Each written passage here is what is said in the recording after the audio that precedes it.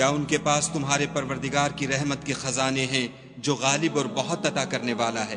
یا آسمانوں اور زمین اور جو کچھ ان میں ہے ان سب پر انہی کی حکومت ہے، تو چاہیے کہ رسیاں تان کر آسمانوں پر چڑھ جائیں۔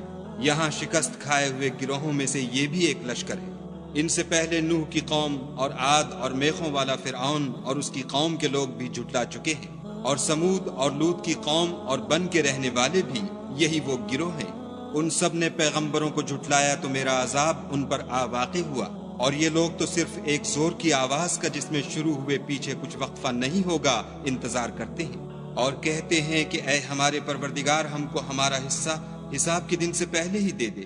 اے پیغمبر صلی اللہ علیہ وآلہ وسلم، یہ جو کچھ کہتے ہیں اس پر صبر کرو، اور ہمارے بندے داؤد کو یاد کرو جو صاحب قوت تھے اور بے شک وہ رجوع کرنے والے تھے۔ ہم نے پہاڑوں کو ان کے زیر فرمان کر دیا تھا کہ صبح و شام ان کے ساتھ خدائے پاک کا ذکر کرتے تھے۔